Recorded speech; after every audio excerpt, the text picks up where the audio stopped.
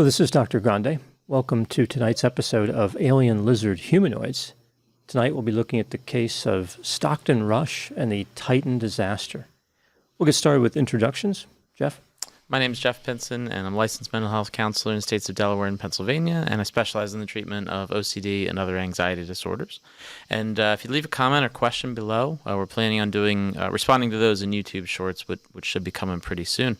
And if I had not become a counselor, I wanted to be a thrill seeker, somebody who goes out and looks for thrills, looks for things that are going to really be exciting. Turns out this is not something for which I would get paid. Probably something I would have to pay a lot of money to do. So, having no money, I became a counselor. Yeah, I mean, it's a shame because you just exude thrill seeker vibes. Right. I absolutely do. Right.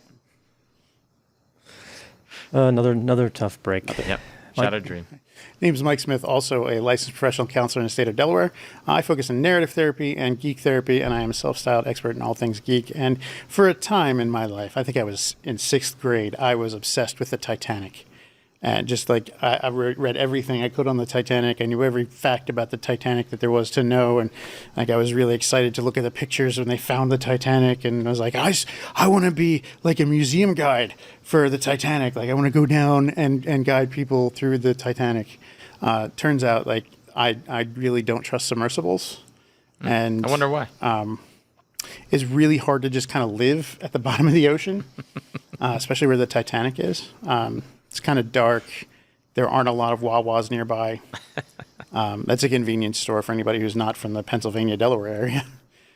Or Florida. Or Florida, right? Florida. Mm-hmm. North Carolina, too. Apparently, they have a few that have just opened in North Carolina. There you go. But yeah, it wasn't going to be a viable source of income for me. So unfortunately, I had to settle for becoming a counselor in life. Yeah, rough. Here you could have been at the bottom of the ocean just hanging out. Right. Mm-hmm. It's pretty safe down there, right? Like, right. Nothing happens. Like nothing goes wrong. I mean, it's not like it's like pitch black with anglerfish just occasionally swimming by. Just like you get a light, like a reading lamp, and all of a sudden it's a reading lamp with teeth. So this case, the case of Richard Stockton Rush III and his submersible, has been in the news a little bit. Just a little bit. Just a little. You know, when you look at some of these cases that come by, and we've talked about this before, sometimes things will happen and you'll say, that's not really going to stick around in the news. Like it's an incident and it pops up on some websites, some news websites, but it's going to fade away. Mm-hmm. Others are in kind of a murky area. Like, I don't know, maybe they'll catch on, maybe they won't. This one, I think everyone knew from the beginning, this was a massive story. Mm-hmm. Like from the second they mentioned that the submersible was missing, Titan was missing, I think pretty much everyone knew they were dead and knew it was going to be a huge story. Right. Ongoing one, too, since there weren't many details for a while there. Yeah, for a few days, right. It was like, again, I don't think it was much mystery, but we didn't know for sure what happened. Mm-hmm. So everybody's kind of waiting for the air to run out. Yeah. Because in theory, past that, they would not have survived no matter what. Right. Yeah, I think there were a lot of people who had kind of this a hope. I mean, most people knew that it was that they were dead already by that point, but I think there was an aspect of hope that, well, maybe they're just waiting for that. It's down there on the bottom and they're alive, but they might have enough oxygen if we can get to them soon enough. Mm-hmm. We can bring them back up. Yeah, and rescue them like they're miners in a mine in Peru. We can rescue them. We can get to them. We can just get air down to them. They'll survive. Right. Yeah. Wasn't there also there was children who were trapped in a cave? Yeah. There's a National Geographic documentary about that. It's fantastic. Mm-hmm. Amazing story. One of them died recently. Oh, really? Mm-hmm. Okay. Yeah. Not in the incident, but recently. They all survived. Right. All survived that miraculously. Yeah. Yeah. It was really, really incredible story. Mm-hmm. And there was some issues with the government, and there was concerns like the people helping were going to get charged. There was a lot. Like there was a lot riding on getting them out alive. Yeah. We take it for granted in the United States that if you go to help and something goes wrong, you're not going to be sent to prison. Mm-hmm. Not always the case in other countries. Yeah, that's true. Speaking of the government knew from from the beginning that the Titan crew was dead, right? So we were all waiting to hear the story, like when are they going to run out of air? The government had a sonic detection device that they knew immediately that something imploded and there was nothing else around to implode. So they're kind of laughing the whole time as the media is reporting this. Not necessarily sure they were laughing, but they were like, they're not alive. Yeah. Well, you hear about government conspiracies. Yeah. And this kind of was one almost. And I just pictured them kind of like getting a good chuckle out of it. Yeah. You know, like, we know something that you don't know. Right. Told you so. Yeah, we know that they're dead.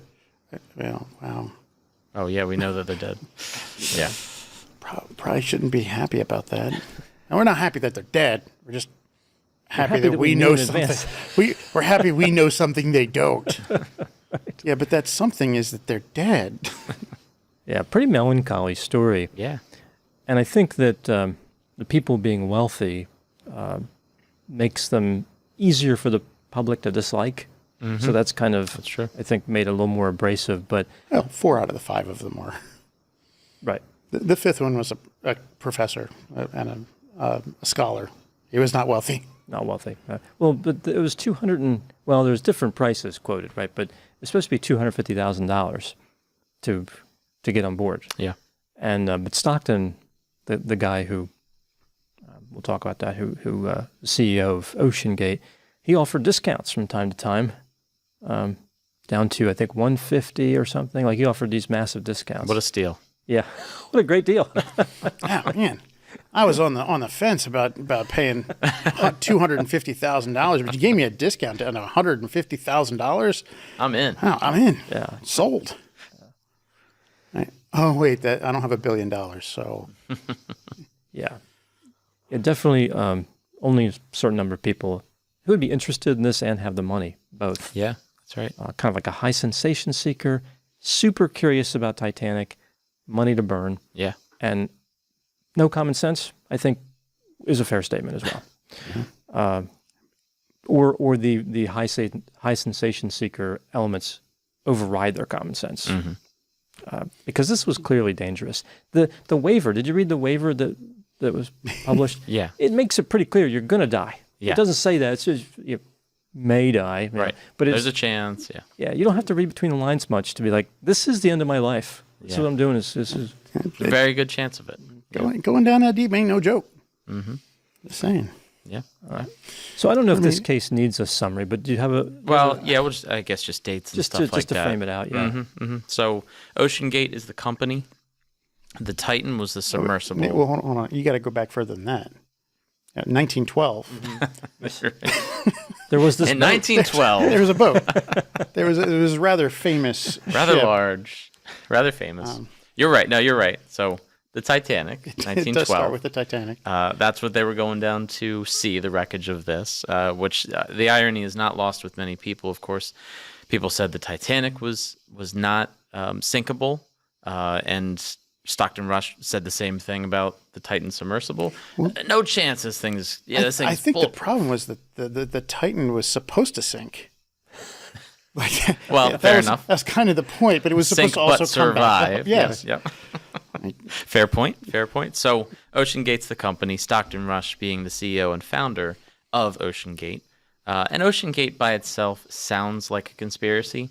That is exactly what I thought the first time I heard Yeah. any of this news. Like, Yeah. Poorly I named. heard people like, oh, the Titanic submersible thing. I'm like, okay, and then somebody said OceanGate, and I'm like, what political scandal is that? Yeah, right, exactly. Like, was the company named Ocean? Right, How and did now we it's get to OceanGate. Right, But they actually, in advance, did us a favor and named it OceanGate. So I guess it's so like they're stationary. They wouldn't have to redo later on, right? Like we'll just put gate right on the end of it. Right. When something goes wrong. We know this is going to end badly, so let's just skip the middleman here, right? I think they were expecting it to be like a bribery scandal, though, because the gate you usually put on the political end of things. Yeah. I'm not sure there's anything political about what actually happened. Not that I'm aware of, but nonetheless, OceanGate. And so they had the Titan submersible. Difference between submersible and submarine, as far as I understand it, basically, with many details omitted, submersible is reliant on a ship of some sort, some kind of A tender. thing that it's attached to. Thank you. Submarine is not standalone vessel. So Ocean Gate had to be attached to something in order to start going down. So they're on this submersible. They're going down to see the wreckage of Titanic. Were you going to add something like that? I was just saying, along with that is buoyancy, a self-regulating buoyancy system. Yeah, sure. And the submersibles don't have that. Right, which is why they need that other thing to help them go down and come back up. And so this is June 18th. They go down to see this happened on June 18th. There was, getting ready before that and everything. Of 2023, not 1912. Not 1912, right. Just so we're much clear. more recent. So they were going down to the Titanic wreckage, nearly 13,000 feet underwater. So each passenger paid $250,000 or so for this. There were five people total on this submersible. I'm not even going to try to pronounce all the names, but there's a 58-year-old British businessman, 77-year-old diver, former French Navy commander, 48-year-old British Pakistani billionaire, and his 19-year-old son. And then 61-year-old pilot Stockton Rush, also the CEO and founder of Ocean Gate. So it began around 9 a.m. Communication stopped at some point after 11:47 a.m.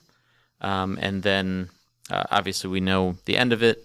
June 22nd, it was announced, it was confirmed that the vessel had imploded, likely due to the failed carbon fiber hull.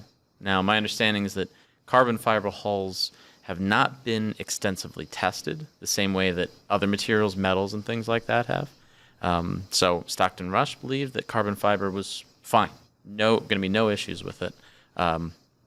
Many people have come out since and said, no, this is not a proven thing because it's not a continuous kind of material. There's a chance that the water kind of breaks it down over time, but you don't realize it because it has these little micro fractures in it, that kind of thing. So, unfortunately, everybody died probably instantly. There was a search that went underway, this massive search with various agencies and so forth. We know that there was really nothing they were going to find, nothing they could save, rather, other than maybe just the wreckage of the Titan. And then of Stockton Rush, of course, we'll get into details about him, who he was, and the kind of person that he was, and somebody not necessarily to be trusted. Yeah, I think one of his friends or acquaintances has accused him of murder. Not that it matters a whole lot now. Right. I don't think he can be convicted at this point. I would say maybe try. something like negligent homicide is a possibility if he was alive. Sure. I guess that could have implications for any type of civil lawsuits, which I imagine are coming for Ocean Gate. Sure. Yeah, I think they've right. taken down their website and all public-facing material. Yeah. But there's nowhere to hide from this. No. I think they were still offering trips to see the Titanic for a while. Maybe they just didn't update the website. Who knows? But I think they were still offering it even after this happened. Yeah. Yeah, they didn't take down all the information they should have right after the disaster. I noticed it was hard to get to the site because the traffic's so high. Yeah. But when you would reach it, like when this was happening, there was still it was clear no one had gone in there and really made changes. Yeah. And if they did, they really needed to do their job better because it looked like everything was fine. Oh, by the way, one of our submersibles is gone, but let's not mention that on the site. Yeah, really. Yeah. So really incredible story. And the irony going down to see Titanic, where a lot of wealthy people had died, although many of the wealthy people survived, to be fair. Titanic, many of them made it off the boat because A lot did. yeah, more than the people without the money. Yes. Definitely. And Titanic, of course, was flawed in many ways. It had metallurgy problems with the hull. It didn't have enough lifeboats. It had a captain who was incredibly reckless. There was very still night, so the iceberg they hit was hard to see. There was many, many factors that conspired. And then rumors about other ships that didn't come to the rescue and they should have, and all this. So it's just a litany of mistakes that led to all those people dying on Titanic, and then we see a lot of that replaying now with Titan. Right. It's not just one thing. Well, somebody flipped a switch to kill everybody. It was this series of events that perhaps built on each other Right. to lead to disaster. Right. Right. So let's take a look at Stockton Rush. Now, Stockton was born in 1962 in San Francisco. His name is actually Richard, but he went by Stockton. And his father was a chairman of an oil and gas company and a company that managed investment properties. So I think it's fair to say he's pretty wealthy. Yeah.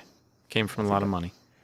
One of his family members had a leadership position at Standard Oil. So, More money. yeah. And interestingly, he was a descendant of two men who signed the Declaration of Independence. Yeah. It sounds like his name came from that. Right. Stockton and Rush. Yeah. Richard Stockton and Benjamin Rush. Yeah. Right. Yeah, I mean, that's something you don't see every day. No. Almost That's a unique sense that- feature. yeah, almost since he was like royalty. Mm-hmm. You know, he's wealthy. He has connections to the origins of the United States. Right. Right.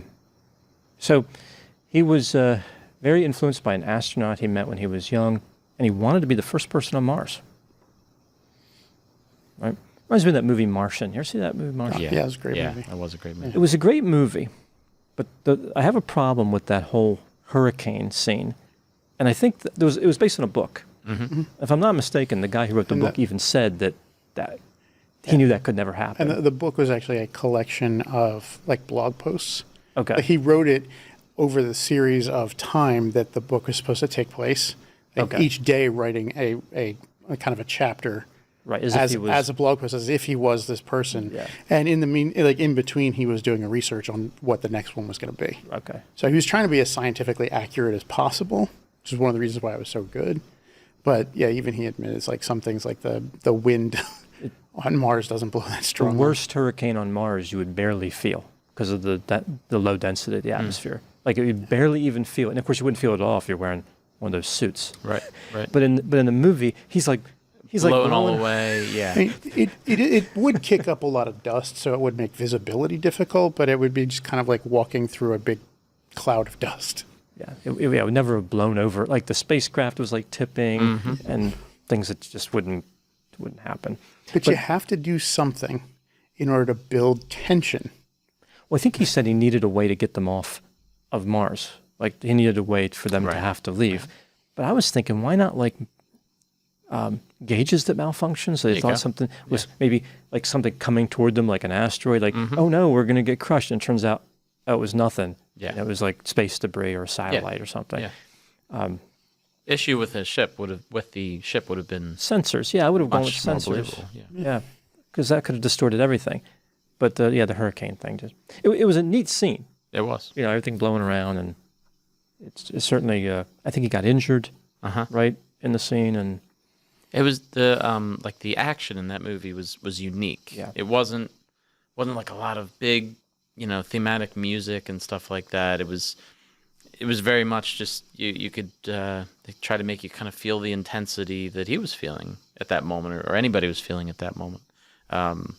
And I thought that made for a unique experience for that movie. yeah, that could have been Stockton. Could have been. Could have been. But He chose to go down instead Yeah. of. Which still doesn't make sense to me. Why he had a degree as an aerospace engineer. Like, he was looking at planes, looking at spacecraft, at building them and engineering them, and then he decides, no, I don't want to go up. I want to go down into the ocean, the great unknown of the ocean.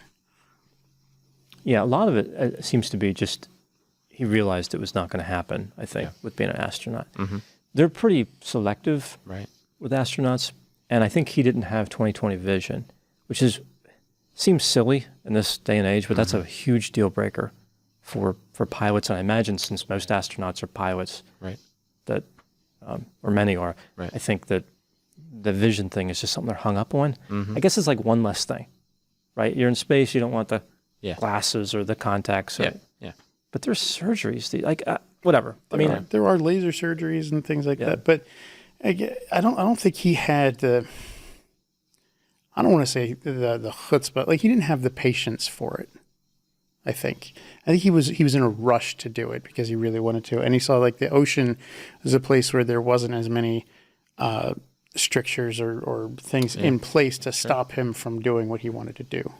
He could just buy the submersible, charge people a bunch of money, write out a release for them, and not have as much training as he should have for anybody on board.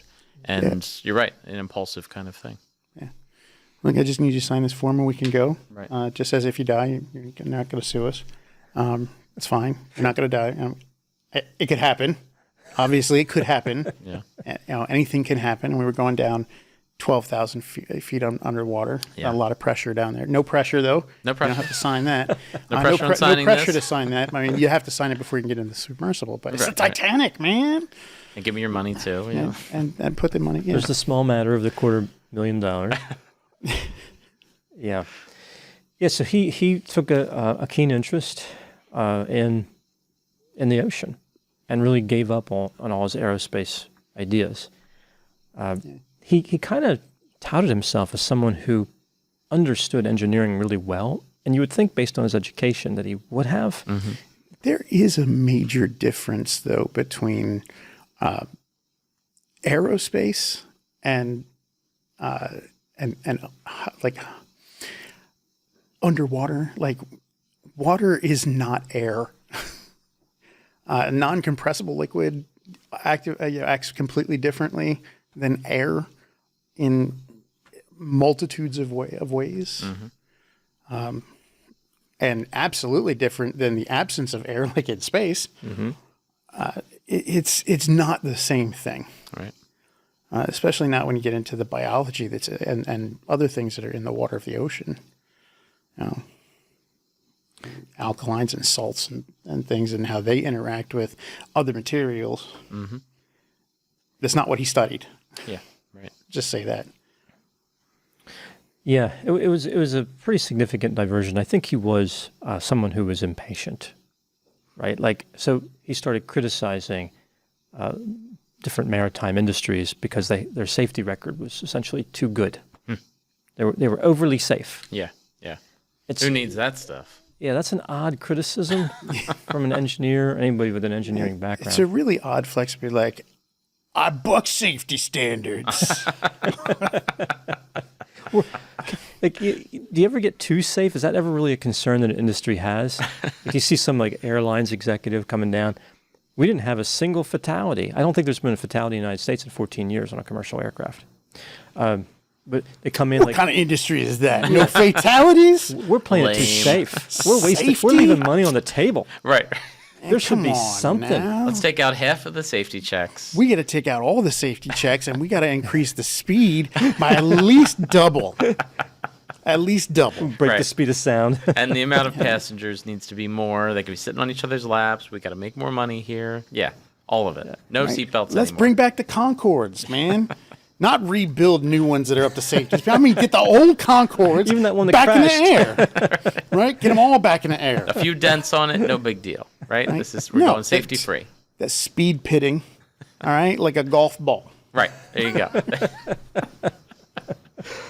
Weird flex. Like, well, we're not as safe as they are.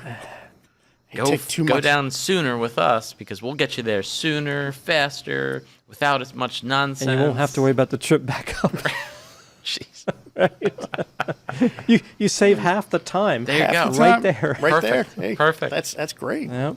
You save half the time. You know what? We'll even give you a discount because you don't have to come back up. Drop it down to 150. Right, half price trips because it'll only be half the trip. That might have been his motto. I don't know. At some point, it will be half a trip. Oh, but like there were a large number of people who were looking at the Titan submersible and the submersibles in the Ocean Gate fleet and saying like you need to put them through industry standard testing.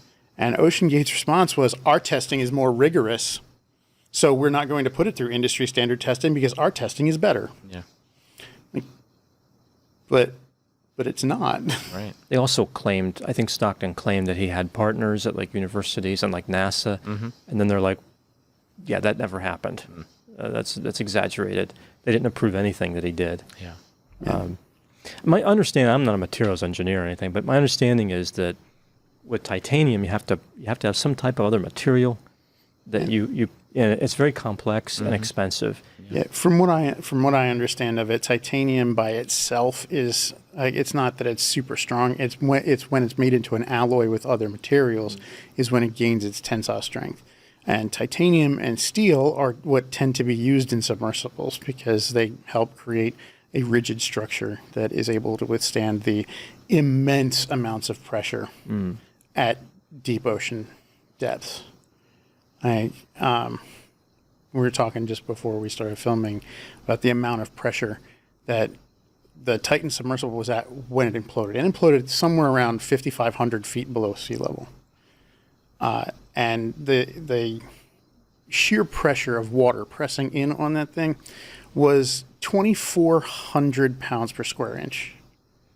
As compared to, like, if you're swimming in the ocean at ocean level and you go down, you're under about 15 pounds per square inch. Right? Yes. That's many, many times more. And when you get down to where the Titanic actually was, or actually is currently, 12,400 feet, that's over 5,300 PSI.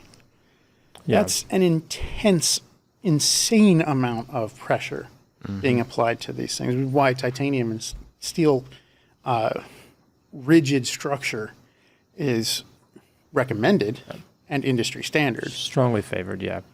I think, too, with the carbon fiber, it might be good for a while, but because you had different materials being used, the stress of each cycle changes the size of them by a little bit, and they no longer match. Right. Whereas titanium, it was consistent if you have the whole vessel made of titanium.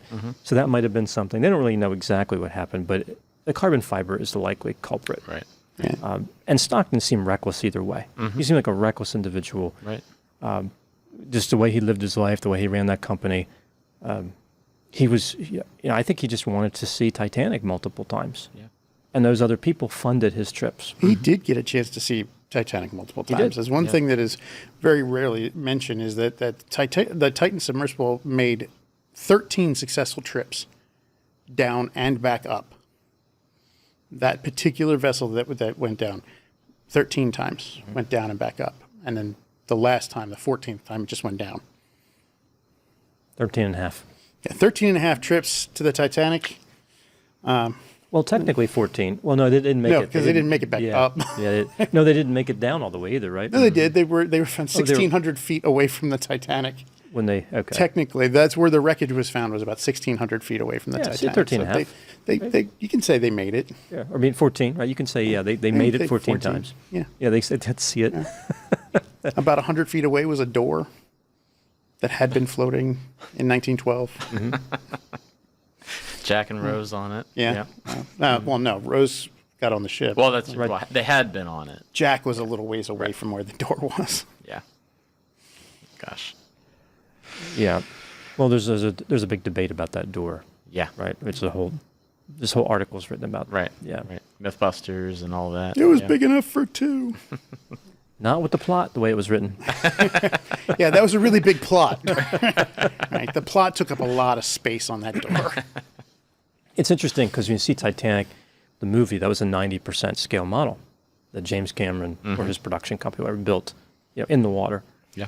And Titanic's actually tiny, a tiny boat compared to modern cruise ships. Yes. Right. Well, Yeah. modern cruise ships have dwarf today. it. The grand staircase, which they tout, like, oh, the grand staircase, that's nothing compared to the atrium of a modern cruise liner. Like, yeah. nothing. Yeah. But, the movie was still very impressive. Older movie, but it's held up well over time. Although it was really more about a couple of lovers than the boat. But Yeah. Yeah, it was. I mean, I kind of saw the ending coming. it's a little predictable. It was predictable. Going into that movie, Titanic. Gee, I wonder what's going to happen. It's ironic that, James Cameron, is apparently an experienced submariner, I guess, knows a lot about this kind of stuff and is outspoken about Ocean Gate's issues and Stockton Rush's issues as a person, as a CEO, a founder of that company, and of course directed the Titanic movie, and it's not the kind of association that you expect, that they're going down there to see the Titanic. The director of the Titanic movie knows a lot about that kind of stuff. Not that it really means anything, but it's the kind of thing you don't expect. He did learn a lot about the depths of the ocean and submersibles from filming The Abyss. like before Titanic, he was. It's actually a pretty good movie. It was a decent movie, right? Doesn't make you want to go underwater. I'll say that. No, not the movie that's going to get you into this business of Ocean Gate. Yeah. It's the kind of movie that might get you to this business and counseling. Right. If you aim for that as your job, you might just find yourself in counseling. Yeah. On either side of the sofa. That's true. That's true. Talking or listening. Yeah. Avatar 2 also had a lot of water. Yeah. It was subtitled The Way of Water. That's true. Yeah. That's true. James Cameron seems to be inspired by water. Yeah. I mean, I think he's going to try and make the next one The Way of Fire, and possibly the one after that The Way of Earth, because he's trying to slowly steal the title of Avatar from Avatar: The Last Airbender.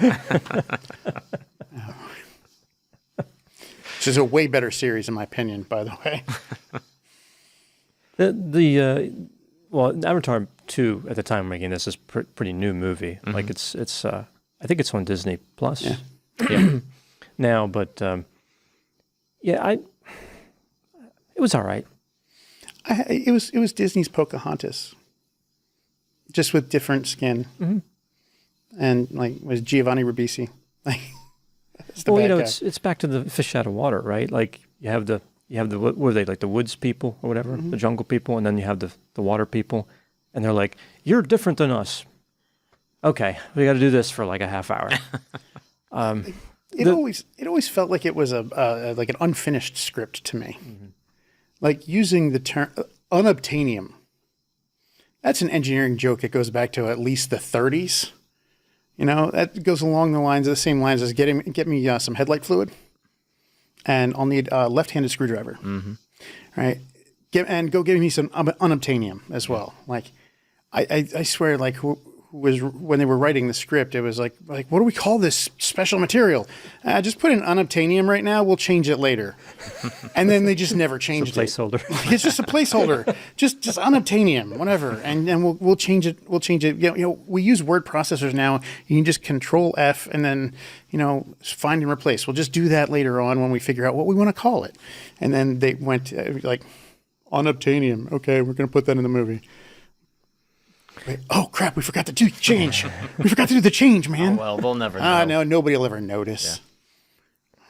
Yeah, it wasn't the best. I thought the action scenes though, with what were they like? The boats, right? The bad guys had the boats, I guess, right? And then the good guys had the creatures, which is really the same idea as the first movie, except it was like mechanized, like cyber, whatever, like robots they controlled, and then like these big drones. So it was just everything moved to the water, Yeah. But the action scenes were pretty good, although I kind of felt like they're predictable. It just not a lot of twists and turns. The first movie I think did a better job. They often do. Yeah, sequels are tough. I think the one thing I appreciate about both of those movies is that James Cameron stuck to an aesthetic that he knows and likes, because he kept a lot of the same form language from like Aliens, like the big war machines look just like the load lifters from Alien. Like he stuck to that, and like the drop ships looked almost identical, and like they had a lot of the same things that looked very similar and reminiscent to previous movies he's done, to Aliens, and he did. I think he did the same thing when he did Prometheus.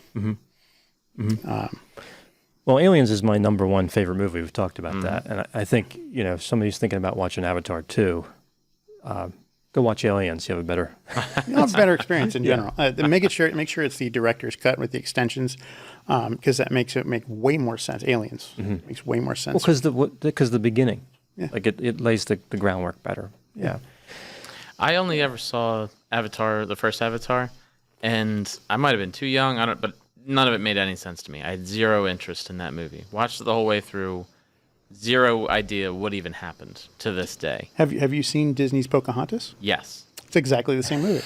All right, I believe you. Point for point is exactly the same movie. So, should I even bother seeing the second one, or rewatching the first one for that matter? Probably not. Probably not. Yeah. Okay. I mean, I wasn't going to anyway. It's special effects heavy, so like if you really want to see the pretty special effects, It didn't do much for me. I get it. This is very amazing what they did and what they can do. It didn't do anything for me. I honestly really wasn't going to watch it anyway. I just had to ask in case there was a recommendation. no, I mean you've already seen it. I mean, you don't remember seeing that part, but you remember Disney's Pocahontas, so All right, you've seen it. All right. All right. There's a lot more machine guns than Pocahontas. Yeah, but yeah, But if Pocahontas had more machine guns, right. then If Pocahontas had more machine guns, the Revolutionary War never would have happened. We'll say that. that's fair. Now I want a version of Pocahontas that has machine guns. That's somebody's got to make that. That would be Just see maybe an Pocahontas. excellent movie. Just want to see the scene where Pocahontas stands up, tying a red bandana, grabs a couple of M16s. I'll put a stop to this real quick. Yeah, that's what I want to see. John Smith, go home. Yeah. So anyway, Avatar 2, a lot of water. Ocean Gate, a lot of water. Right. At least we're staying on theme. That's right. With these tangents That's today. true. That's true. Direct connections. There are direct connections there. So in 2009, Stockton, along with a business partner, formed Ocean Gate, and this was their attempt to get into the extreme tourism market. That's what they were looking to do. Okay. They've accomplished that goal. That's true. Extreme. Yeah. Can't argue with that. Yeah. They had a couple different submersibles. One, of course, was Titan. A Titan weighed 23,000 pounds. It's 22 feet long and designed to reach 13,000 feet. Well, they said that. It reached it several times. That's true.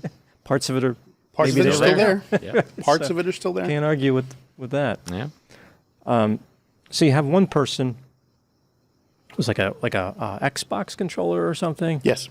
It was a Logitech third-party Logitech. Xbox controller, with its body base being the PS4 controller, because that's where it has the control scheme, the setup. But if you look at it, it has the A, B, X, and Y buttons Okay.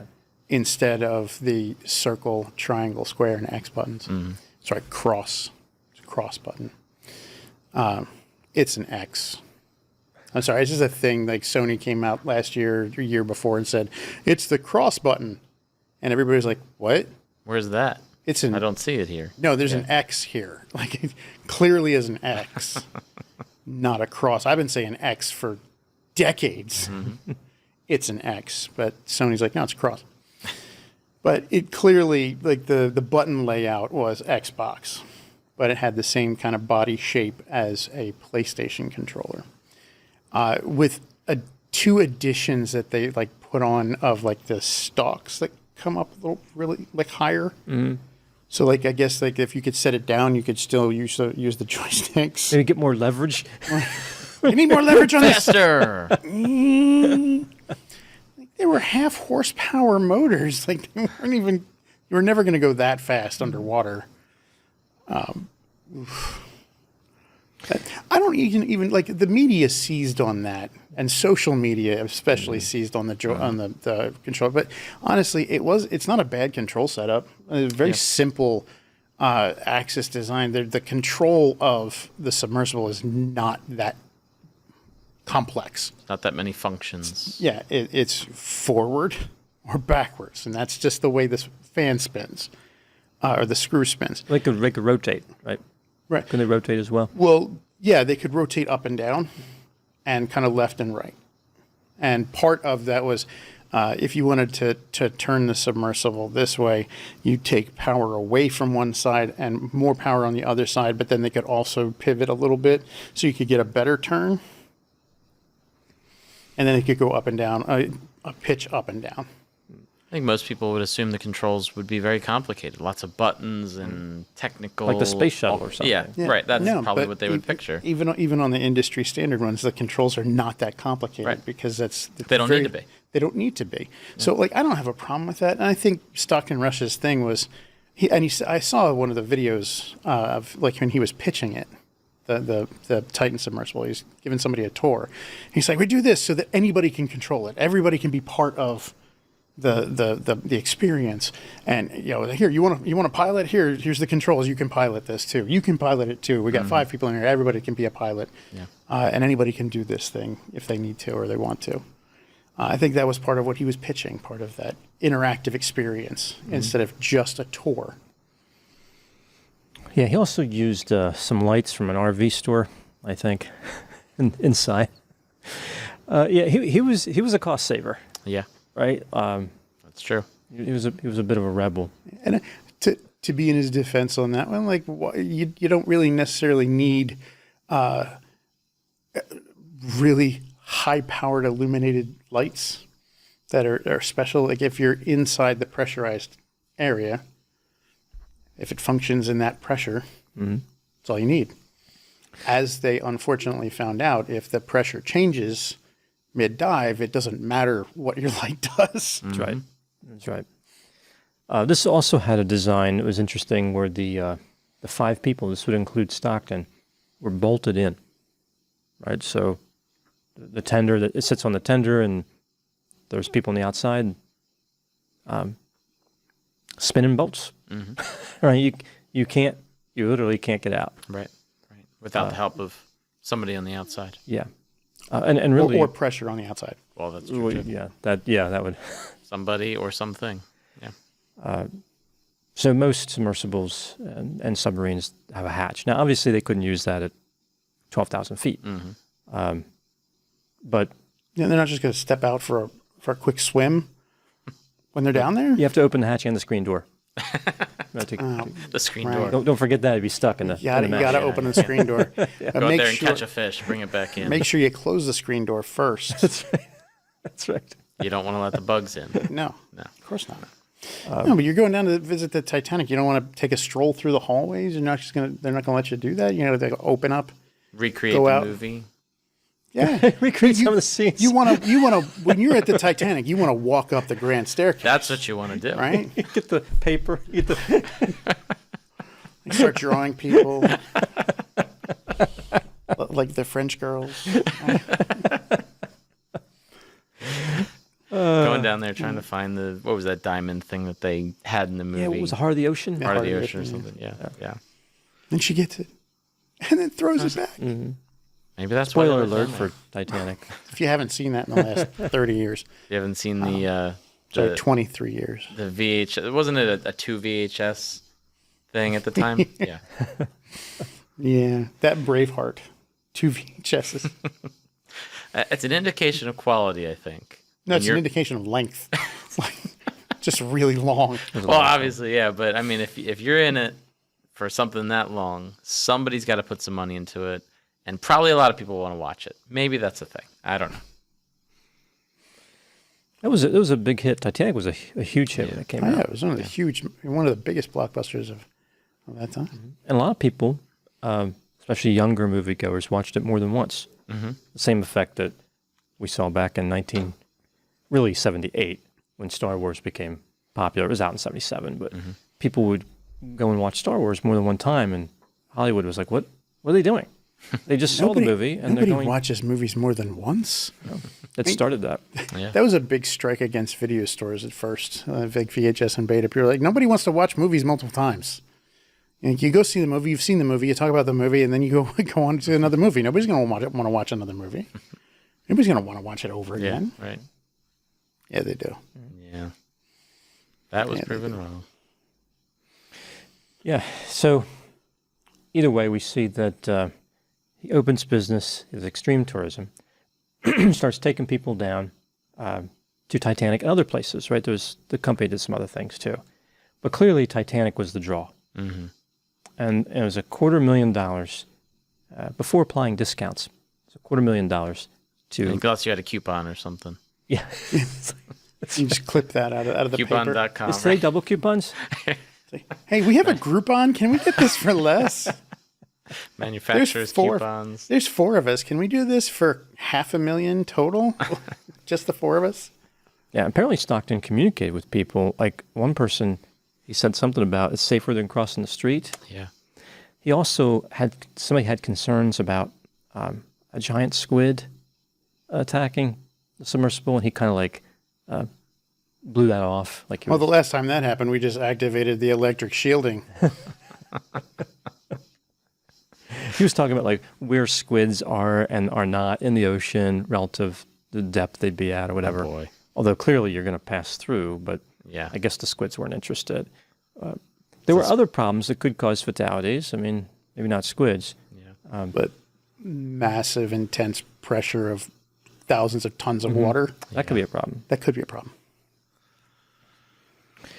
Yeah. So, and as you mentioned, then he went down, had the people with him, and we don't exactly know what happened, but we know they're all dead. An implosion is likely what occurred. The size of this vessel, I was surprised at that. I don't remember exactly. It was like the size of a car or something along those lines, or a small SUV crossover or something, if I'm correct. But the people couldn't even stand up, by and large, in this thing. Right. Kind of cramped in there, 5 of them. I think either had to sit down or kneel down or something like that. And the trip was supposed to take around 8 hours, if I'm correct on that. So imagine being in that kind of cramped conditions for 8 hours. You paid $250,000 to do that, and you're pretty sure you're not going to survive. That had to be just a horrible thing to actually think about. One window too. Yeah. Very thick window. The thing is, I think that those people who went on, they had this expectation of survival. They did. Yeah, They signed off on the form the way most people sign off on acknowledgments of terms and conditions. They were like, yeah, sure. It'll be all right. We're going to go see the Titanic. It'll be something And to talk come about back. for years. This will be something to talk about for years. Yeah, the expectation was they would go down and come back. Right. I don't think any of them had any thought that this isn't safe. Yeah. They should have. Yeah. Any reasonable person would have, and that makes me me wonder about the common sense. That's the problem. They weren't reasonable. Yeah. Right? You got two billionaires, a billionaire's son, a thrill seeker who's already gone for depth records in the Mariana Trench, and a scholar who has studied the Titanic and made multiple dives down to the Titanic. None of them were looking at this as an unreasonable thing. Like 2 of them, well, technically 3 of them, had multiple experiences doing this already successfully. The more you do something successfully, the more likely you are to expect to continue doing it successfully. You get confirmation bias. Confirm that I can do this successfully each time. The other 2 didn't. I don't think they really stopped to think about how dangerous it really was. I think too that there was, and maybe this will come out. There was a civil suit, which I'm pretty sure there will be multiple. Stockton made, he essentially established other contracts, not written, but when he told people it's safer than crossing the street, Right. he's now contradicting the contract that they signed. And the contract probably says something like, this is a complete agreement. I don't know. It's been a while since I read it. But maybe it says something like, disregard everything else you said. But here you have the guy who had a hand in building it telling you it's really safe. Right. It's a sneaky move. Yeah. And I think, I don't know. I mean, I think it's the law of the Bahamas that's going to be at work for the civil suits. So I think their system is based on British common law. I have to see how they look at like negligence and gross negligence. But I kind of feel like he established a verbal agreement. And because that contradicted the waiver, I don't know. I think you can make an argument that there was negligent homicide. Sure. And you could look at them as victims, certainly. Right? I mean, they were victims, but you could look at them as victims of Stockton. Sure. Specifically. Yeah. All of his assurances. Yeah. Yeah, I mean, safer than crossing the street. Most people think of crossing the street as relatively safe. Right. It's not always. It's not. It's not. Definitely not Crossing always. the street is never like safe. You got people in multiple 100-ton, pound cars, 1,000-pound cars, who very rarely pay attention to anything that's outside their little box. Except that they're texting, they're paying attention to the phone. Right? They're not paying attention to anything that's outside their little box. Right. Right? Except the other boxes that might be getting in their way. And people are just points on the game, right? If you run over a pedestrian, if they're capable of running away, that's a certain amount of points. if they're pushing a baby carriage? If they're pushing a baby carriage, it's more points. If they're on a bicycle, technically they're on a vehicle, but bicycles can maneuver quickly, so that's even more points. Yeah, it can be dangerous. But it's very dangerous, very dangerous. A lot of people get hit crossing the road, crossing the street. So you tell me something, it's safer than crossing the street. Well, what isn't? I imagine that to some extent, many of them maybe considered the dangers of it. Just the same way any of us, for even people that do investments, like, I know there's risk involved, but I've considered the risk. If this fails, it'll suck, but I've considered the risk. I'm going to go for it. And there's huge risk here, going down thousands of feet. And maybe they didn't fully consider that, but I'm sure a lot of them were like, well, this will be really cool. And some of them I've never done it before. So, yeah, if I don't survive, oh, well, I guess I'm dead, whatever. I'm sure that ran through some of their mind, but like, oh, but wait, but I get to see the Titanic. And I get to go down further than most people ever go down in their life. And I'm sure that reward strongly outweighed any risk they were even considering. Yeah. And I've got so much money, it doesn't matter. $250,000 doesn't matter to me. I'm sure it was easily kind of the risk was kind of discounted pretty easily in their mind. Yeah, I think there's an effect that people often go to where if something is the more expensive something is, the more worthy it is and the safer it is. Yeah. Right? Especially with experiences. If you're charging $150 to go down and see the Titanic, people will be like, how cheap are you being on this get like $150 to go down? Yeah. That's really far down. Yeah. You get to maybe like 20 grand and people might be, and average people might be like, 20 grand, that's a lot. Like that's a huge vacation. Might be worth it. They might have a safety record, but let me check this out first. You get to $250,000 and people, and like only billionaires can afford to just drop that on an 8-hour window. And they're just going to be like, they're charging $250,000 for this. Of course it's safe. Right. Of course I'm going to do it. And I'm going to do it because I want to see the Titanic. Who doesn't want to see the Titanic? I mean, it's safer if you just go stream it. Like, Joe, go watch the movie. You can see the Titanic. 90% scale model, most detailed recreation ever, and in full color. Like, not like dingy tones of 12,000 feet deep. You got the song too, right? You go. Yeah. Classic songs. You can actually see the violinists playing the violins as the ship is going down. Yeah. Can't get that anywhere else. Not even when you go down to the ocean. I mean, you can see the violinists at the bottom of the ocean, but they're not playing violins anymore. Yeah. It's been a long time since. They're rusty. They're still sitting in place with the violins, but they're very much played in a while. They're very much bone now, and they just don't have the muscle for it anymore. Yeah, I think sensation seekers. I think people look at the sensation seekers in this case and think about the managing risk, but a lot of sensation seekers, like skydivers and people who like volunteer for like elite military units, they really don't manage risks as much as they take risks. And sometimes, often, the risk is what's fun. Yeah. Right? It's not like they're thinking like, okay, we're going to send you on a mission to like rescue an American in a hostile country, and you're going to have to shoot it out with all these terrorists. They're not thinking, what are my chances of living? Right. 50% chance, 40% chance. Yeah, they're not weighing those options. They're thinking this is going to be exciting. Yeah, it's going to be awesome. Yeah. And the more people they can kill and the more risky it is, the better. It's not about, I want to retire. I want to collect my retirement. That's not how they think. So I doubt that these guys even gave a second thought to the risk. I think the 19-year-old did. Yeah. But the rest of them, I doubt they even worried about. If something happens, it's not even something they're worried about. Like, dying, whatever. They were focused completely on the excitement. Yeah. And really, Stockton might have got more people if he said, look, this is really super dangerous. I don't know if we're going to make it. Yeah. Take You my guys money. probably can't handle this level of excitement. You got people who have like that, again, that high amount of extroversion, the high amount of openness to experience, a high amount of agreeableness because they're just like, let's do it.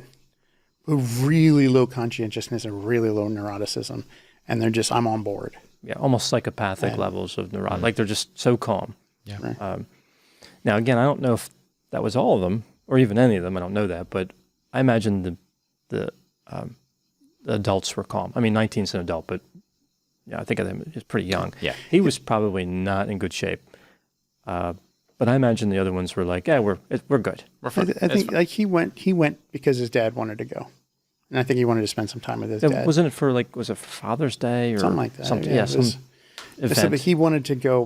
He wanted to go with his dad, and like I that's where I have a lot of sympathy for him. Is like if his dad didn't say, yeah, let's go to the Titanic, he wouldn't have gone. He'd be alive, yeah. He'd be alive. His dad would be alive too, but they decided to go.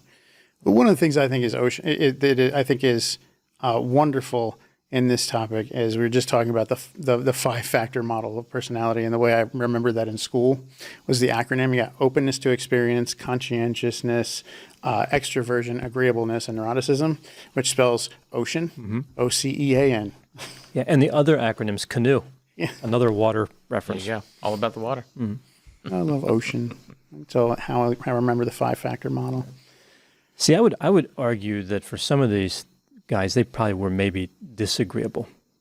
I think, like Stockton in particular, I think he was someone who looked at the industry and he's like, I can do it better. Yeah. He's like antagonistic, not in like a mean way, but kind of an arrogant, condescending way. Like when he was dismissing the squid, something made the sub implode. It wasn't the squid, but it just seems like to be dismissive of risk like that. It was Cthulhu. And tentacle mouth, giant beast of insanity. He definitely had a sense of, I'm better than everyone. Because I put my mind to it and I put my hand to it. This is absolutely going to be 100% perfect. Which is not an uncommon trait for somebody in a situation like his, a CEO of that has a lot of money already, or is making a lot of money, and/or high sensation seeking, doing a lot of risky things, stuff like that. And again, common traits. There's a confirmation bias whenever he does anything successfully. It confirms that he is that much better. Yeah. See, I did this, therefore my personality is fine. I'm fine the way I am. Perhaps something like that. Yeah. And he looked at carbon fiber and said, hey, carbon fiber is great in aerospace engineering. And it is. It's phenomenally strong material, lightweight, which makes it ideal for things like aircraft parts.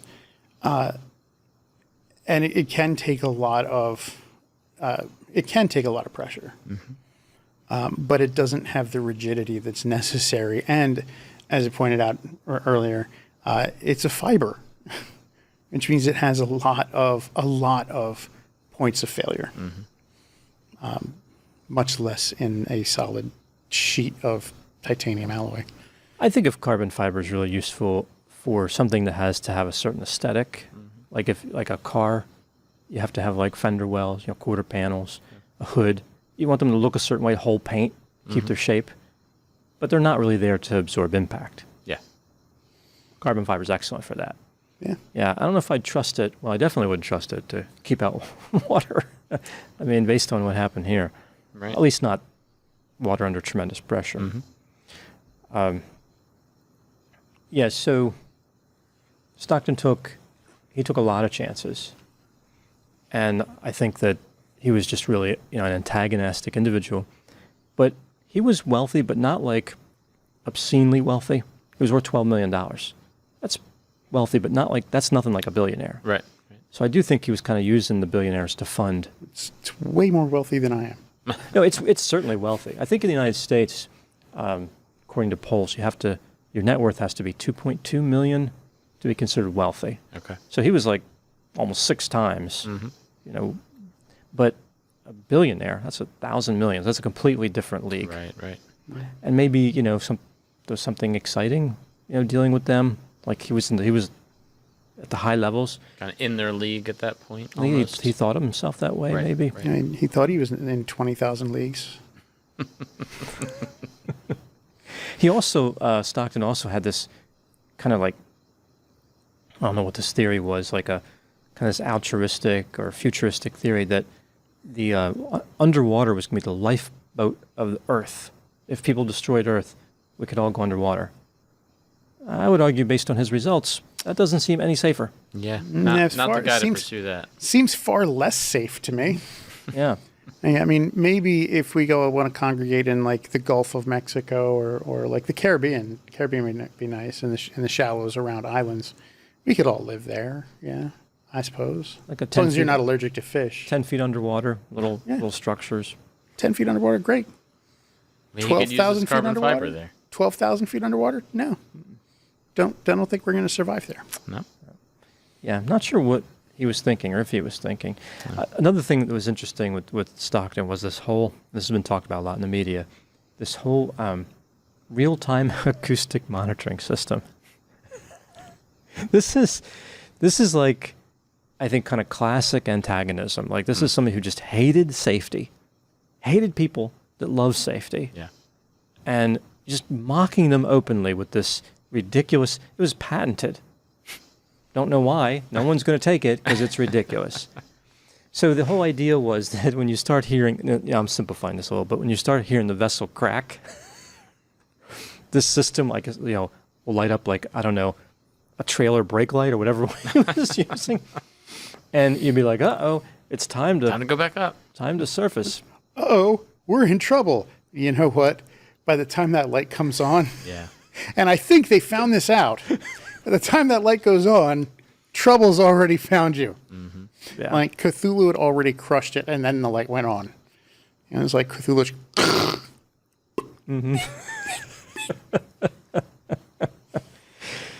Yep. Real-time acoustic monitoring system. How generous of him to put that system in place just to warn them death is imminent. You hear that cracking? Kids, that's the sound of safety. Like, what is he talking about? I guess he was hoping it would be if an early pop happened that wasn't audible to the human ear because it's kind of outside the vessel, then it would be caught by the sensor and then light up and you're like, oh crap, we have time to start going up. We can stop going down. The problem is, as slow as that thing moved, maximum speed of 4 knots, as slow as that thing moved, if you heard that crock pop, light went up, and you stop going down, you're still surrounded by all of that pressure, and going back up isn't going to help significantly before the whole thing implodes. You can't go up fast enough No, to make any difference. you can't. Yeah. It's not like you're like, yell outside, all right, take the pressure away now, and all of a sudden there's no more water around you or something. Right? It's not like I think he was thinking of the whole thing like a video game, right?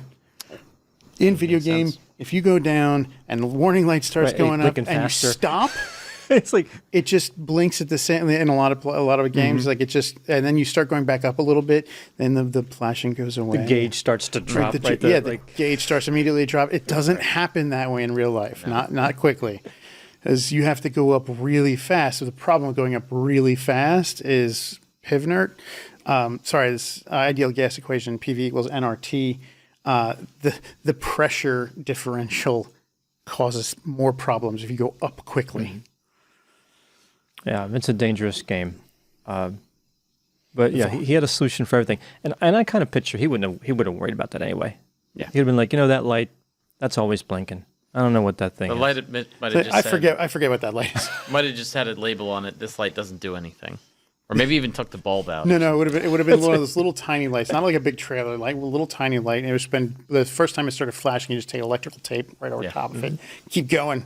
Why is there electrical tape over that light? Nah, don't worry about it. It's fine. I don't even know what that light does. I'm kind of guy that has the check engine light come on in his car, and like, well, I'm just going to take the bulb out from back there, so the light doesn't flash anymore. It's the problem's emissions. still there. It's not a real problem. It's the emissions. It's like, what are you big deal. doing? You took out a fuse. Why'd you take out that fuse? Oh, my check engine light was on. Oh, okay. Well, is the fuse fixing it? No, it's just turning that light off. Problem's still there. Just now I don't have to worry about it. I don't have to see it. The check engine light. I checked the engine. It was still there. Check That's engine. what it told me to do. I did it. We're good. No, I've seen people put the electrical tape over top of the check engine light. They literally I had a have. friend take the bulb out so that the problem was still there, but he didn't have to think about it. I get paranoid when I see the check engine light come on any vehicle I'm in. Right. Like my sister's car is an older Ford Focus. It's fine. It's been checked out repeatedly, but for the first 3 or 4 minutes after the engine gets turned on, the check engine light stays on. Oh. Like after you go like 2 or 3 miles or 3 or 4 minutes, it turns off. It's fine. It's just a glitch with the light sensors. But still, every time I drive with her, I see the check engine light on, and I know car's fine. Yeah. But like, there's that emotional side of me, that rhetoric inside, just going like, the check engine light means you should check the engine. The beads Something's of sweat wrong. start coming down. Oh wait, no, yeah. No, check engine light went off. Good. Okay. That was a close one. Yeah, I feel like if somebody has a vehicle for a while, and they're thinking about getting rid of it, that check engine light's a motivator it's time to go. Yeah, that's true. It's time. When usually it's just an emissions, but it's like, yep, that's it. I'm wondering if like manufacturers don't have that come on deliberately, like it's time to trade. It rolls over to 100,000 miles. Check engine light comes on. Or something like an oxygen sensor or something that's No-2 sensor. fairly easily replaceable, but still, it's like, wow, do I really want to go through with this repair? Maybe I should just buy a new vehicle. When in reality, it's a few $100 or whatever it might be, and your car's still working fine. Or a dealership somewhere has a button attached to your particular car, and it's like, you know what? We need one of these to trade in. You got one? Yeah, let me press this Oh button. yeah, press the button. Got them. They'll be here in a couple days. Well, these days they maybe could monitor what you're saying now, because like, the microphones, so they could listen in like they're talking about trading. Hit the check engine light now. Hit the check engine light button. Hit it right now. Do it. I just need a sign. It's time to trade this car in. Like everybody, like the movies show like NSA operations centers with like thousands of computer bank cubicles and things with big earphones like this, like listening. That's not the NSA. The NSA doesn't do that. NSA's got way more important things to do. That's corporate America doing that, right? And there's an Alexa on every desk, an Echo on every desk in there. I know those things are listening. I know they are. There's this sense that when you're talking about something, it comes up on your phone. You notice that? Yeah. An ad for... Yeah. Yeah. It doesn't seem like that could be a coincidence. No, that's a complete coincidence. 100%. Mike just got paid to say that. So what can we learn from the the journey of Stockton and the other victims of Titan? I think sometimes people look at this like it's unrelatable because it was largely billionaires, but I think there's lessons in here for everybody. That's true. I mean, weighing safety, for some people that's not a big deal. For some people, they take risk way too seriously and are super scared of any risk at all. For other people, they are not scared enough of risk. They're not worried about that enough. So for some people, they need to be able to take more risks. Some people we might see in counseling that have a lot of anxiety around things. That comes up a lot in OCD therapy. That there's a chance that whatever intrusive thought you're experiencing is true and could come true or might be true or whatever. But this is the exposure you're doing is kind of like taking a risk, and you have to learn to be okay with that discomfort that might come with that. So for some people, they have to learn to take risks more. For other people, though, let's maybe scale this back a little bit. It might not be as worth it as you think it might be.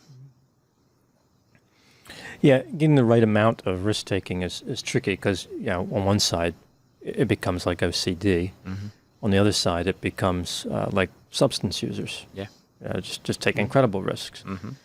And you don't really want to push people from their risk profile, like the risk behavior, too much, like too quickly. Right. But certainly a balanced approach, a sensible approach, is where a counselor would typically motivate a client. Right. You know?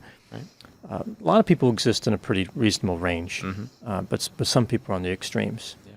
And somebody like Stockton was certainly way too risk-taking, but he kind of justified and rationalized everything. So I imagine that he would have been kind of convincing, and he was convincing to people who confronted him. Yeah. That they're really being too obsessive, and he was in the normal range. Right. Okay, this is fine. Nothing's going to happen. Stop worrying about it. Yeah.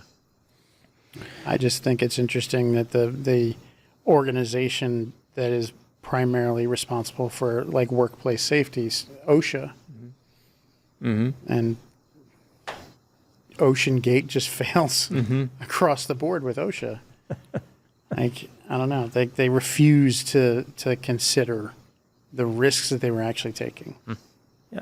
Well, at the same time, though, acknowledging them in the waiver. Yeah. Right? Like, it's going to be hard to... I think it's going to be hard to defend that case, to say, like, we had no idea that the ocean could be dangerous. Don't worry about that waiver. That's just legalese. That's not... We had to do that. So, well, the first strategy would be like, they signed a waiver that said that we couldn't be sued if they died. Oh, that you're not going to consider the waiver, you're still going to sue? We had no idea it was that dangerous. Pressure? Tell me about that pressure. What happens when you go down the ocean? Wait, what is pressure? I mean, we tested the carbon fiber. I knocked on it right before they went down. It was fine. No issues there. We took a screwdriver and tried to puncture through it before the sub went down. Nothing. Absolutely I mean, there was a tiny little hole, but it was fine. Yeah, I mean, tiny little holes happen all the time, right? Put some chewing gum over it. It was perfectly fine. Some flex tape over it. I think that's what they do in the commercial, is slap it on the Titan and everything's fine, right? Yeah, of course.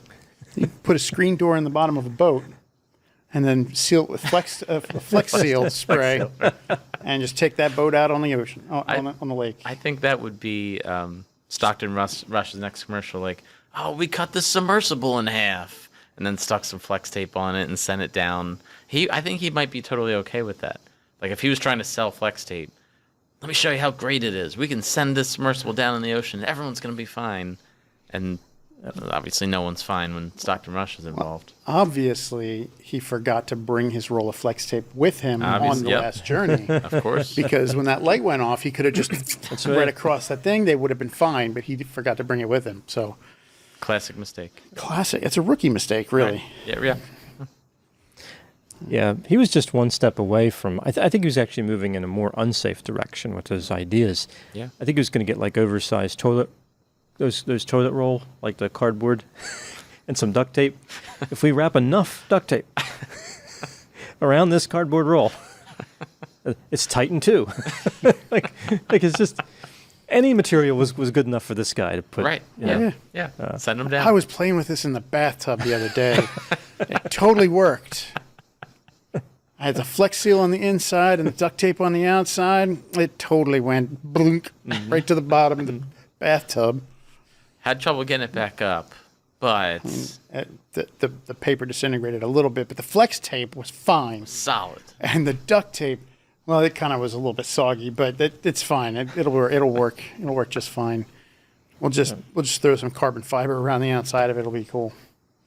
Well, I think it gives you an idea of his risk tolerance. Didn't he say something like, he was talking in one of his many interviews about how the hull needed to stay together, and nothing else mattered. Propulsion, electric. Right. So he'd be okay just spinning in the ocean with no lights on, as long as he thought that the hull would maintain its integrity. Right. I think that gives you an idea. This guy was afraid of nothing. Yeah.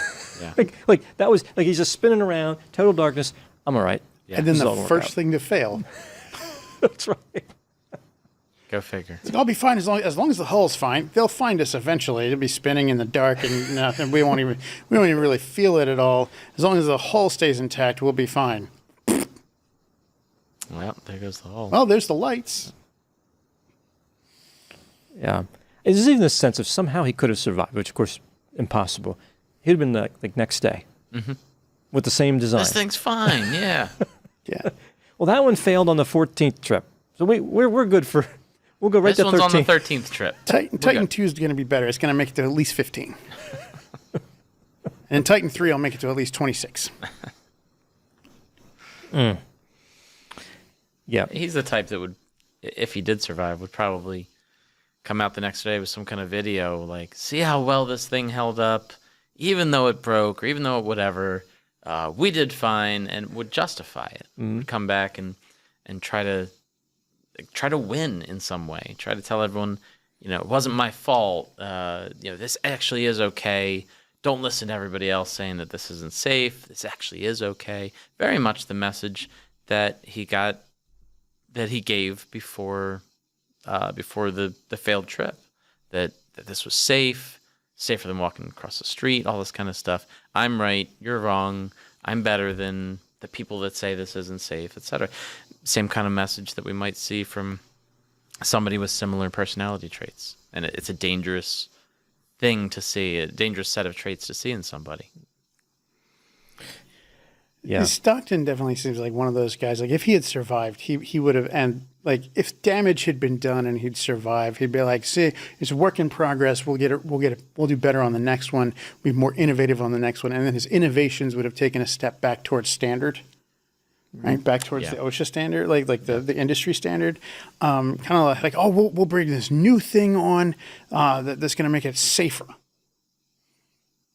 Kind of like, the iPhone bring on new camera to make it better, but it's the same camera that like Samsung used 4 generations previously. It was already standard there, like those kinds of things. Innovating backwards, kind of like regression towards the mean. Right here, we're going to innovate towards the established standard. Now with titanium alloy, nobody else is using titanium alloy. Yeah. The first ones to think of this. He definitely thought of the safeties on like a continuum. But the difficulty is that a failure when in those conditions is fatal. He didn't appreciate that. Right. He's almost thinking like a car manufacturer. I don't think he ever appreciated it, like not even in the last second of his life. Yeah, he's probably mad they wouldn't go get to see the Titanic again. Probably. No, it was so dark at that point that there was no even like, I can see the Titanic from here. Dead. No, it was instant crushing death.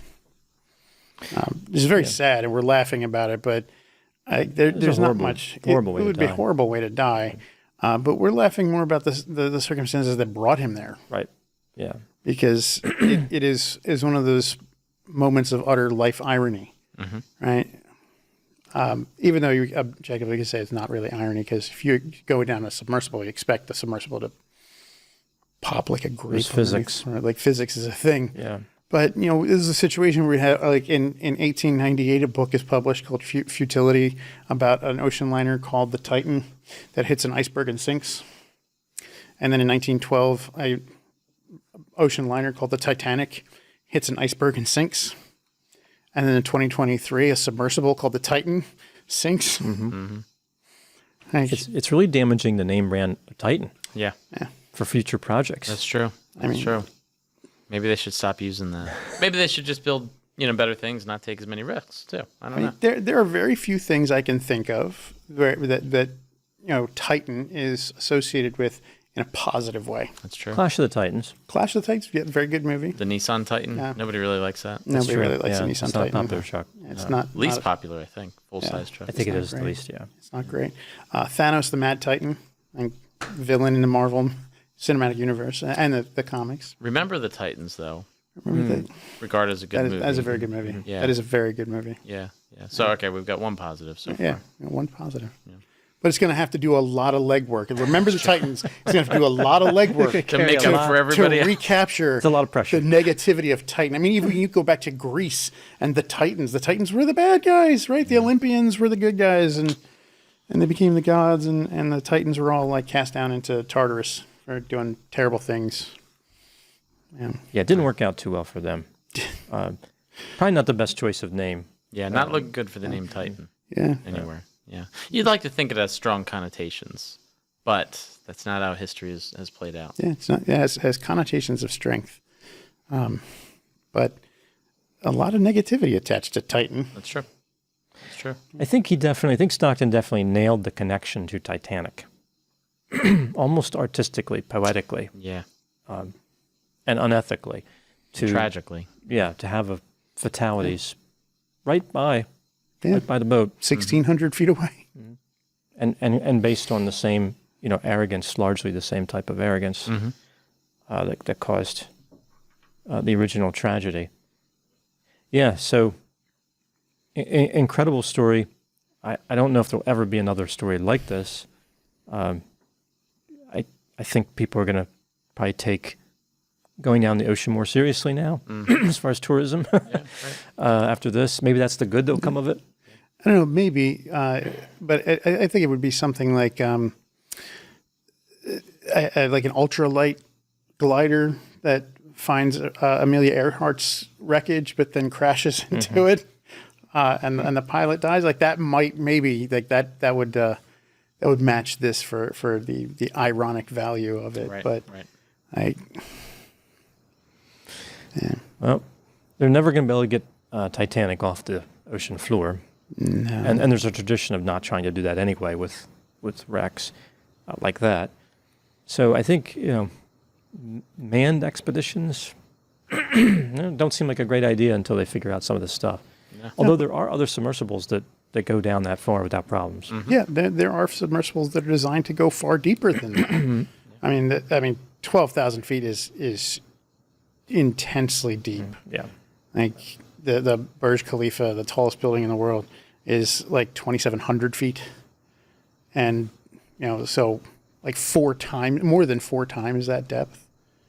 Like that, and that building is so massively large that if you watch the sunset at the bottom and then immediately get on an elevator and go all the way to the top, you can watch the sunset again. Pretty wild. That's how tall that is, and we're talking about four times that deep in the ocean. More than four times that deep in the ocean. That's how far down Titanic is. It is crazy how deep that thing is. But there are submersibles that are able to go deeper than that, but they all meet industry standards and undergo industry testing regularly. Yeah. And they go through testing after each dive,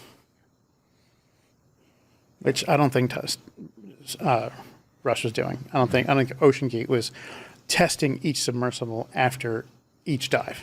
Well, if they He were, said, well, it succeeded this time, so it'll be fine next time. yeah, if they were, I don't know if they were using the results or doing the test correctly. Right.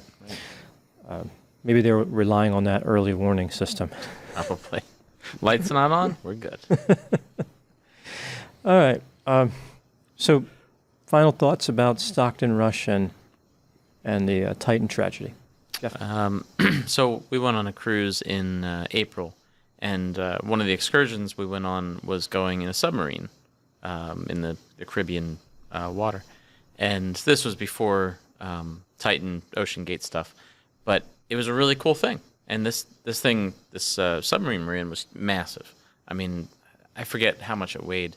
Battery powered, could fit 50 people inside of this thing, if I remember correctly, and weighed, I think, hundreds of tons, dozens of tons at least, but I want to say hundreds of tons. Massive thing, massively heavy. And that was impressive to me, because I'm like, wow, lots of people, very heavy, but that kind of indicated strength to me. Like, very heavy because the walls are so thick or something, I don't know. It was an incredible experience. You get to see lots of fish down there. I think there was this kind of wreckage that the government had kind of intentionally placed there for the sake of habitat, things like that. But I didn't think a lot about safety, and I didn't really think I needed to. I didn't feel like I needed to. We took a boat out to this submarine that was sitting there, got on the submarine, got inside the submarine, went down, and we saw the shelf where the ocean kind of began, like the deep part kind of began. We didn't go over it because the pilot even said, you go that way and very little chance you're coming back because of, I guess, currents and, the depth of the ocean, of course, could really kind of draw you in, I guess. But it was an incredible experience. And I think about stuff like this. And I'm sure we had to sign a waiver or something like that. I didn't read it if we did, to be clear. But you don't really think about the safety of something like that. You assume based on somebody's reputation, based on the fact that the cruise company uses them, that there's a reputation of safety and industry standard type things for this submarine. But the thrill of that was really what drew us in. When else in our lives were we going to be able to go in a submarine at all? Probably never in reality. Maybe, I don't know. But that was like what felt like a once in a lifetime opportunity. Now, if it was $250,000 instead of $100 or $200, whatever we paid, how much more so if we had that money, like, oh, this must mean safety, like we talked about before. So there's incredible experiences, and you're thinking, we're on here with a bunch of other people, must be safe. But you know what? Anything could happen. And that didn't feel risky to me, but maybe it should have. I don't know. Obviously, we're fine. I don't think they've ever had any issues, with that company or anything. But it does bring up the issue of safety, especially looking back on it in light of the Titan stuff that we were talking about. Yeah. I think that if you look at like airline safety, right, they've perfected a system, not perfected, but they've developed a system that works very well over time to detect problems, correct them, prevent them in the future. And the public trusts that. Mm-hmm. And that trust seems well placed. Yeah. But then you have people that come along and try to reinvent safety. Yeah. And that's almost always a bad idea. Mm-hmm. Safety is derived through science. Yeah. Yeah. And reason, like not through, I think that I can do it better. Mm-hmm. So my big thing with this whole mess was social media, and I first started hearing a lot of this stuff by seeing memes on Facebook and on Twitter and Instagram, and just it strikes me as how the old adage, more money than sense, becomes really true for a lot of people looking at this going like, duh, like you thought that was safe. How did you like, there's no such thing as common sense, but everybody, like everywhere I'm looking, people are like, common sense would tell you that that's a bad idea. You had so much money, you couldn't not. Mm-hmm. Right. And there's a huge amount of, in America, at least, a huge amount of, angry rhetoric towards billionaires specifically. Like there's the billionaires have so much money that they don't live in society anymore. They live outside of it, and they do just like you expect them to do stupid things. And a billionaire dying on a submersible going down to the Titanic is like for a lot of people it was just like, of course they were going to die that way. Like they couldn't just die a normal death, right? They couldn't just like have an aneurysm sitting, in their bathroom. They had to go out doing something epically stupid. And like that seems to be the social media response to it. It's just like, oh, look, like it's so stupid. Of course, a billionaire's involved. Like rednecks and billionaires. If you see something stupid is going to happen, it's either going to be a redneck or a billionaire, like straight up. I do feel bad for the 19-year-old. I'm fairly sure he was only there because he wanted to spend some time with his dad, and nobody should end up dying just because they want to spend time with their dad. I do feel a little sorry for the scholar who was down there probably for one of the few chances he was going to get to see this thing he's been studying for his entire career. And unfortunately, it was the end of his life. Stockton, I have no sympathy for, none whatsoever. The father, again, he made the decision. Billionaire who could have done literally anything else he wanted to in the entire world, chose to do something like this and didn't even do the research to see whether it was safe to do or not. And then the thrill seeker who had already set records for being in the deepest parts of the ocean and who had gone up on space, I think it was SpaceX. He was doing it for the thrill. And if you're seeking thrills, those thrills could kill you. And I have no sympathy for someone who dies in a way that they're trying to die. And if you jump out of airplanes for a living, if you jump out of an airplane after ditching several tons of coke out of the back of your Cessna, and your parachute doesn't open, yeah, you're dead. And I don't have any real sympathy for you at that point. But I do have sympathy for the kid and the scholar, like the professor. Like they were there for more altruistic reasons, and they were just kind of pulled along into it to do something. But the billionaires and the millionaires, the rich people doing rich, the internet looked at that and said that's fodder for jokes. And kind of to an extent, so did we. Yeah, I think that what may happen when people get that wealthy, and maybe even at Stockton's level, at 12 million. I mean, that's a lot of money. Like we said, nowhere near $1 billion, but it's a lot. I mean, he can do a lot of things with $12 million. Yeah. Maybe there's this idea that the ordinary is no longer exciting. The ordinary is no longer risky enough. The spice of life has to be something more dangerous, more exotic. And he found it. He found something exceedingly dangerous and exotic. Quite frankly, if I were to suddenly find myself wealthy, the most exciting thing I would want to do is create a stable living environment. I just want to live. I just want to have no debt. I want to live. I want to live in a place where my fiance can have her horse and several other horses, and we can have more dogs, and just settle down and have a stable life. Like that's what's exciting to me. I don't want to go down to see the Titanic. I would love to be able to see the Titanic, but I don't trust submersibles. I mean, I just don't trust anything to withstand for a while the 5,300 pounds of pressure per square inch. Yeah. Yeah, there are much easier ways to see that particular vessel, that wreckage. I mean, if I'm in an elevator going from the top floor down and we get down towards the bottom and the elevator goes, I'm like, pressure. Is that wire about to snap or something? I don't want that elevator compressing in on itself. That stuff, that can happen, right? You ever see the experiment with the gas can? You pour boiling water in a gas can. But would they put dry ice on it or something? No, you just put it in a thing with cold water. Okay. I thought I saw one where somebody took a 55-gallon drum, but I think it was dry ice. Yeah, or something. Because the dry ice is much, much colder. But if you use just a 5-gallon gas can, like the old metal ones, the aluminum ones, you pour boiling water in there, seal it up, get it all and then you just put it in a small water bath of cold water. The pressure differential crushes that can instantly. And that's what can happen to the submersible. That's what did happen to this particular submersible.